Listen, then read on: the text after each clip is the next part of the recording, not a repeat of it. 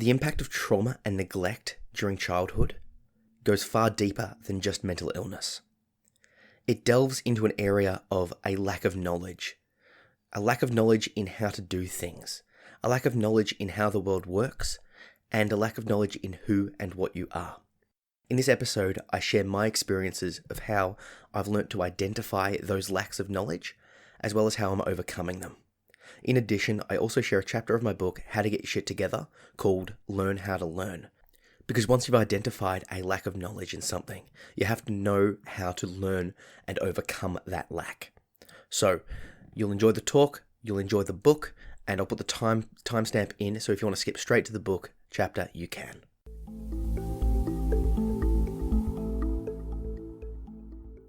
So one of the things that is constantly coming back in my life that I see over and over and over again is just a distinct feeling of, I wasn't taught that, I didn't know that, I was unaware.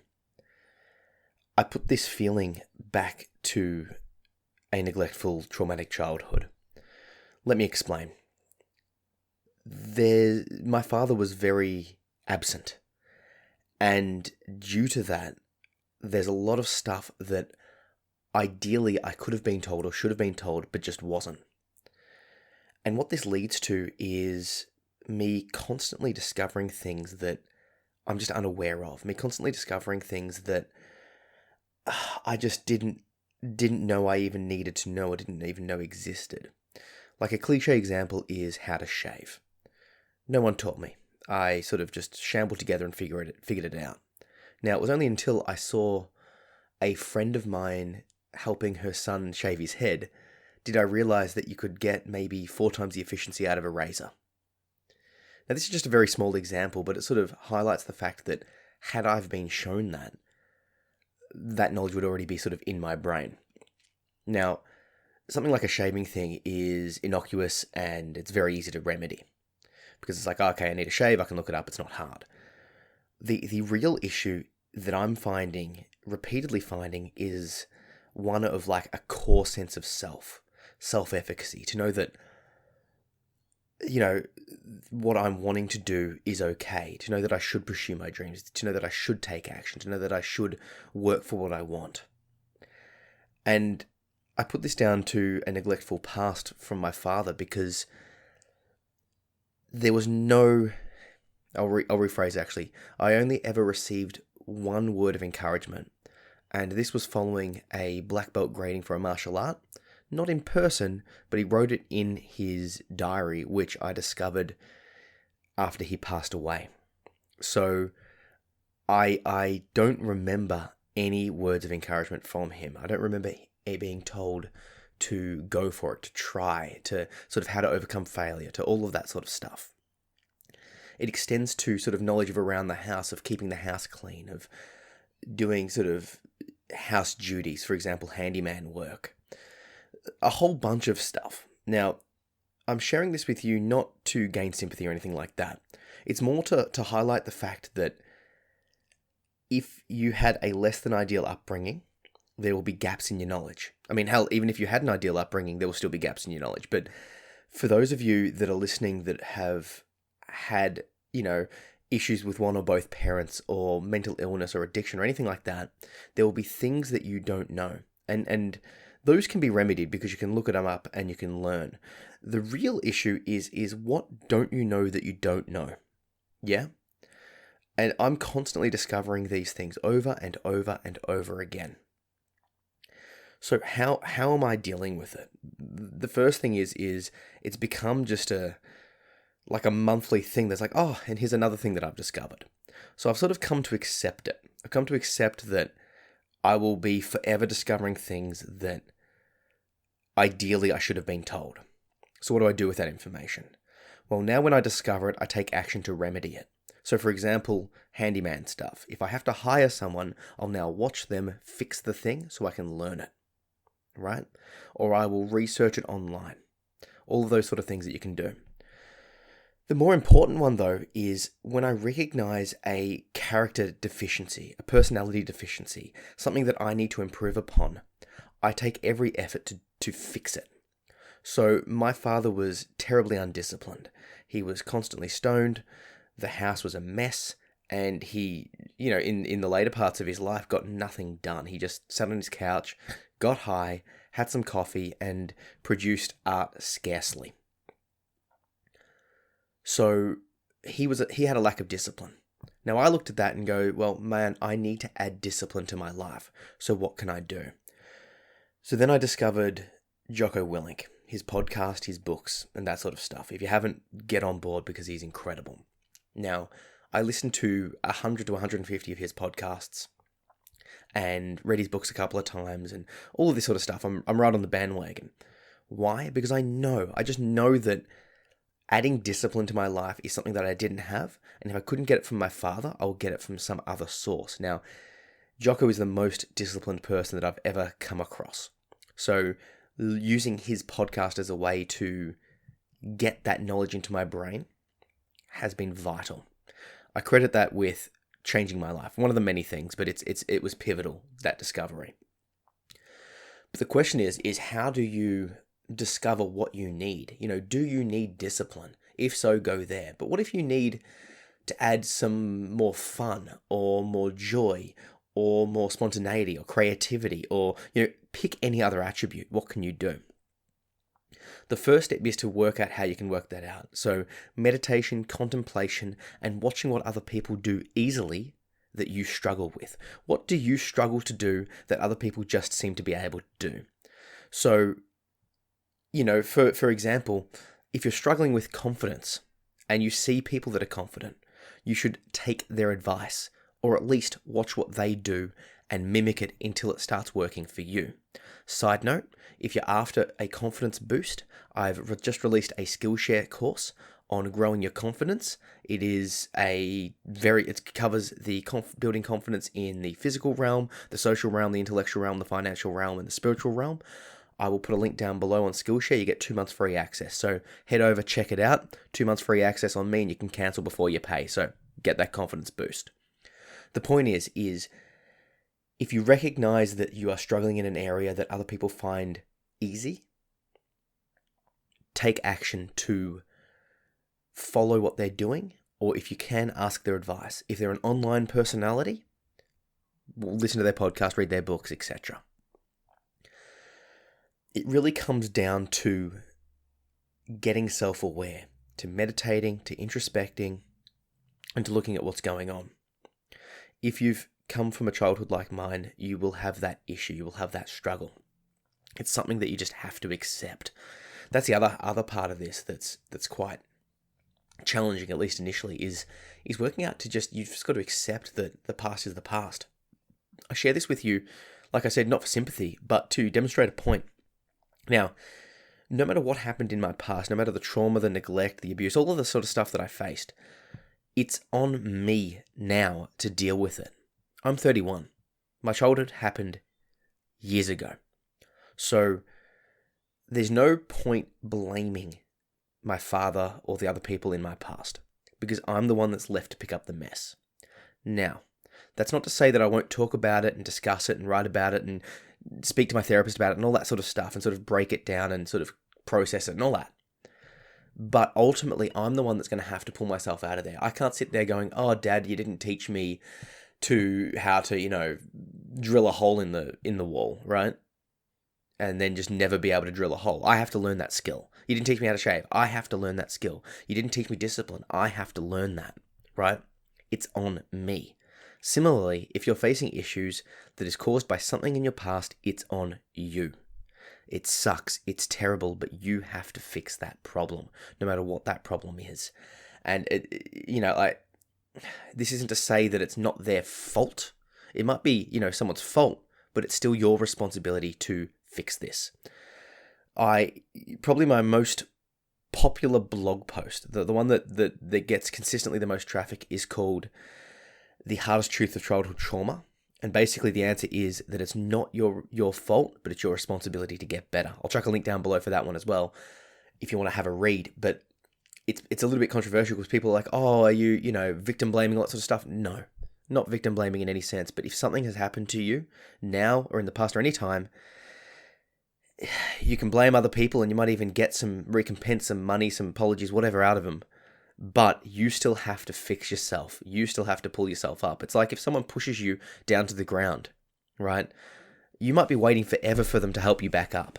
You have to get back up. You have to keep moving. And if you don't move on from that, you're just going to be stuck in that quagmire of the past.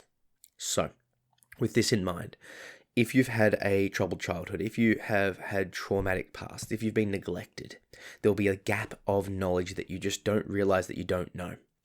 So with that in mind, I'm going to share with you a chapter of my book, How to Get Your Shit Together.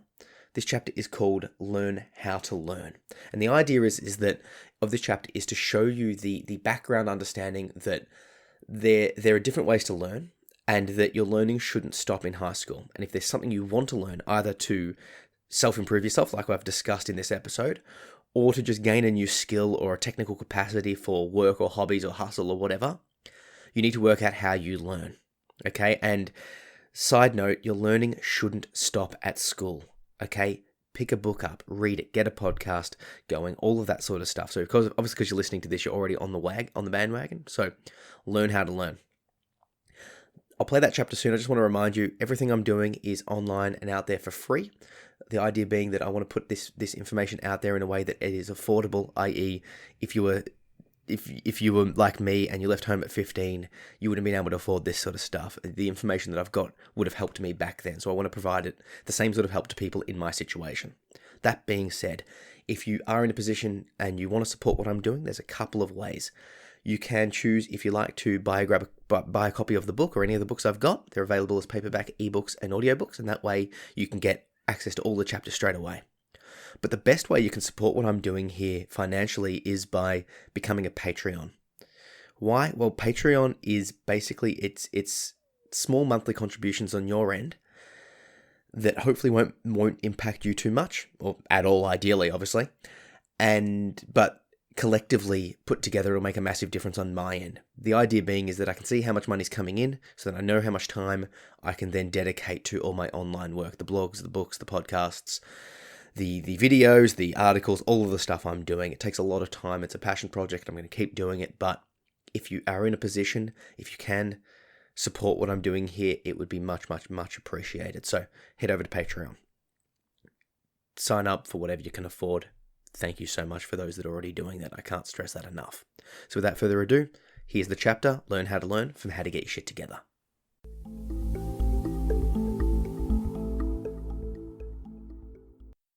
Chapter 4.2, Learn How to Learn. Learning how to learn is life's most important skill. Tony Buzan.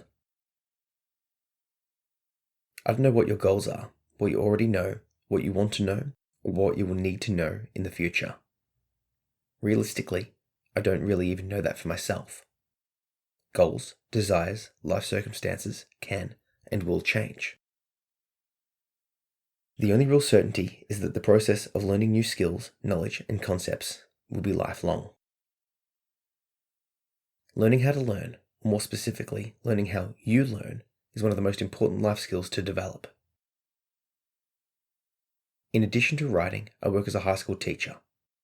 In this role, I've been exposed to a variety of theories, concepts, and ideas about the learning process. In this chapter, I will give you an overview of those theories, as well as the approaches that I've seen working and not working for the thousands of students that I've taught. Before we delve into this topic, I have to insist that you disentangle the concept of learning with your experience of the education system. The institutions of high school and university are typically designed with the average student in mind. This average student is in fact an amalgamation of all students in terms of ability, interests, learning styles, competency, and career pathways. This student does not exist. It is a fiction that doesn't represent you, nor anyone really. The system is outdated and not designed with the realities of modern life in mind. Almost on a daily basis, I'm asked by students, when will I use this in my life? This question is getting harder and harder to answer, particularly when I reflect on the question and realize that I've never used the information in my life that they're asking about. Sir, have you ever actually used trigonometry? Needed to dissect another work of Shakespeare? Or drawn on your knowledge of the Industrial Revolution? Has knowing about the formation of the different rocks or the order of the planets actually benefited your life? When have you needed to know the anatomy of a frog? My typical response is that while you may or may not use the information, the skills you gain in learning that information will definitely come in handy. The problem is that this concept is far too esoteric and the reward is too distant to motivate many students. This is the reason that there is so much resentment and dissatisfaction with the education system as a whole. To most students, it seems like forced labour, a 13-year sentence in which they are not encouraged or intrinsically motivated to do well, rather just something to survive. The real shame of it all is that a lot of students leave school with a sour taste in their mouths relating to the benefits or need for education itself. The purpose of this rant is to let you know that I understand where you are coming from, but please don't throw the baby out with the bathwater. Learning, and in particular learning how to learn, is vital if you want any hope of self-improvement. If you know yourself, how you learn, and what you want to learn, you will give yourself a more efficient, thorough, and enjoyable education than any institution could possibly provide you with. You learn best when 1. You are interested in the topic. The more interested you are in learning about something, the more desire you have to retain it. You will do more and focus much harder on things that interest you compared to the things that bore you. 2. You look at content as deeply as possible. While knowing the what, when, and where of a topic is of course important, focusing on why and how of the content provides a lot more depth, nuance, and connections. 3. You engage with multiple sources of the same information. People communicate information differently. Therefore, you will learn different aspects of the same information from each of them. For example, if you wanted to learn how to cook Mexican, you could read different cookbooks, speak to your local chef, watch videos online, or even visit Mexico. 4. Your learning is more participative and less passive. Teaching others, discussing and debating, and doing the task are far better ways to learn than listening to a lecture, watching a video, or reading a book. 5. You follow your own learning style. Everybody learns differently. Some are more active than others. Some prefer different methods of consuming information. Experiment to find the approach that works well for you and stick to it. 6. You have set up a learning environment that best suits you. Choose the best location, time of day, and mental state that facilitates your learning. Everyone is different. Experiment and find what works for you. Key learning tips. Don't multitask.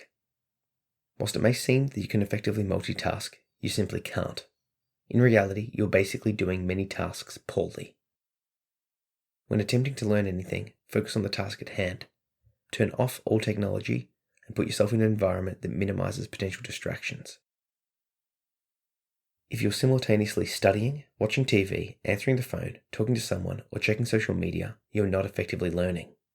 You won't remember as much, and it will take you longer to get back to focus following each distraction. Seriously, turn off your phone and focus. Go to a library and watch people studying. Notice how little study those that have their phones on them actually do. They check it repeatedly, and by the time they get back to the book, their phone notifies them and they check it again. In this way, 2 hours of reading time becomes 15 minutes of actually reading and 75 minutes of distraction. Make sure that you know the source of the information. It is important to know who created the resource that you are getting your information from. This way you will know if you can actually trust their work. Given the freedom of creation and distribution that technology has given us, anyone can produce anything. Therefore, it can be hard to know where the information is from and if you can trust the source. If the person has done or used to do what I want to know, I trust them. For example, I only take exercise advice from those who have the body, strength, or flexibility that I want to have. If they are not in shape and healthy, I can't help but question the validity of the advice that they are giving. If it worked, and it was possible to implement, they would be doing so and getting the results that they claim their advice can provide. I have a similar approach to everything from taking financial advice, learning to write, recovering from mental health afflictions, learning a language, or even training a dog. I trust the advice of people that can show me the results of their advice. For the more theoretical and conceptual knowledge, always go for peer-reviewed research. This is basically when a bunch of experts in the field sign off on the legitimacy of research, or from someone who is a recognized expert in the field that is endorsed by large and leading institutions. This isn't saying that I won't learn from other sources. Rather, I want a method to ensure the validity of the information that I'm getting. I will still listen to non-experts. If over time the information they've provided me with has consistently proved useful, and that they are upfront about their qualifications or lack thereof. But as soon as they delve into topics that are not what they usually cover, I become skeptical about what they're saying. Develop shorthand for taking notes. When taking notes, speed is vital. Unlike in school, your notes are for your eyes only, and you are taking them as a memory tool for later revision. Therefore, make them in the best way for you, because no one else will see them. I take notes whenever I'm being taught something. I always have a book on hand during my martial arts classes, online courses, reading books, or watching a lecture. I'm there to learn, and I want what I'm learning to stick. I like to use abbreviations, summaries, and acronyms to save time when noting down. In addition, I take notes on the stuff I don't already know, because if I already know it, I don't need to waste time recording it down for later revision. I've also found it very beneficial to use highlighters and different coloured pens to focus on the important points and draw connections between concepts. Make sure to revisit the content. Sometimes it takes more than one exposure to information for it to sink in. The more you cover something, the better you will know it. So get exposed to the important information many times in many different ways. Every source will cover it slightly differently and emphasize different points. The wider the breadth of instruction, the deeper your learning will be. Take notes from it all and then revisit those notes. Talk over the content with a friend and teach each other to gain a deeper understanding. Learn to speed read. The faster you can read, the more content you can cover. To increase your words per minute, try the following. Don't read each word. Rather, glance and jump. Start by focusing on the third word of the sentence and glance. Then jump to the middle word and glance again. And then jump to the third last word of the sentence and perform another glance. This approach takes practice, but you'll eventually be able to glance and jump 3 times per line, which is far quicker than reading each and every word individually. You can also use a ruler to highlight the line you're on. This will help you to avoid rereading a line over and over again. If you practice going as fast as possible, over time you'll develop your ability to read faster, whilst retaining just as much information. Find an appropriate study space. I like to have a space that is just my own, where I can control the environment and prime myself for learning. In my study, I have photos on the wall for inspiration, as well as motivational quotes and personal affirmations. I can control the temperature, as well as lock the door if needed. I even have an essential oil burner with bergamot that helps me to prime my studying activity. Some people don't need a private space and thrive in a busy cafe or street corner. Others prefer a public library. Some people start by listening to a song or by wearing a particular item of clothing. The key is to find a space and a ritual that best suits your own personal style of learning. Trial and error this to see what works best for you.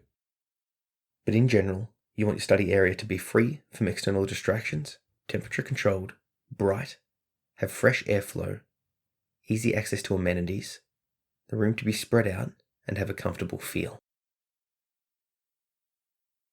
Use cue cards. Typical candidates for cue cards include anything involving categories, anatomy, language, math, spelling, definitions, names, places, and general facts. How to use cue cards. Take learning a language for example. On one side of the card, write the English word, and on the other side, write the foreign word. Make a pile of all the words that you want to learn. Take the pile and look at the top word. If you can guess the foreign word easily, place the card in a separate pile. If you struggled, put it in your first pile, a few cards down. Eventually, all the cards will end up in your second pile. Shuffle these cards and repeat the process again. This time, the card you find easy can be discarded into a learnt pile, as you've learnt the word. Keep going with this process until your current stack is empty. Every so often, revisit the learnt stack to ensure that you still remember the words. Pace yourself. There is a debate as to how long you should spend learning a subject in one burst. Some suggest that after 50 minutes you become fatigued and learning stops being effective. People in this camp would suggest a 10-minute break and then transitioning into learning a different subject. Others will advocate the benefit of getting into a groove, suggesting that it takes ages to get in the mindset of a particular topic. So once you're in the zone, you should stay there as long as possible. Find what works for you and be willing to adapt and change what you are doing. Just make sure that with whatever approach you choose, that when you are learning, you are actively learning, minimizing all distractions. The capacity to learn is a gift. The ability to learn is a skill. The willingness to learn is a choice. Brian Herbert. Frequently asked questions. I'm too stupid. I can't learn. Everyone is capable of learning. You just need to practice. It will take time and it won't be easy, at least not at first. But please don't get discouraged. Eventually you'll get into the groove of learning and you'll find an approach that best suits you and your personal circumstances. Once that happens, a whole new world will open up to you. I have a learning disability that makes all of this quite hard. While I don't know the specifics of your personal issue, there'll be information out there on how people with your disability can manage and learn new skills. Ask a specialist for advice and look into alternative approaches for learning. Keep trying new approaches and ideas, and eventually one will begin to work for you. I struggle to sit still and read. I find it boring, and I just want to move my body. One thing I like to do is listen to audiobooks while driving, walking, or in the gym. That way, I'm still reading the book, but I'm also being physically active. This is particularly useful for books that are tough reads. While you won't take it in as deeply compared to if you were reading the book in physical form, you certainly take in information much more than if you weren't reading it at all. Summary. No matter what you want to accomplish in life, one thing is certain. It will require learning. Therefore, the skill of learning is one of the most important things to develop. If you know how to learn, every possibility is open to you.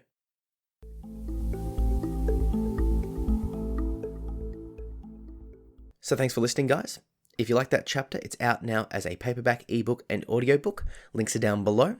If you want to connect with me, you can do so on my social media at Zach P. Phillips and via my website, zachary-phillips.com. I love to connect, I love to chat, so feel free to hit me up. If you want to interview me on your podcast or for your blog, let me know, contact me there. And yeah, if you could chuck a review for this podcast, it helps spread the word, it helps let me know what you're into, and it helps just grow the audience and grow the community, all of that sort of stuff. So chuck a review wherever you're listening to this one. Thank you. Catch ya.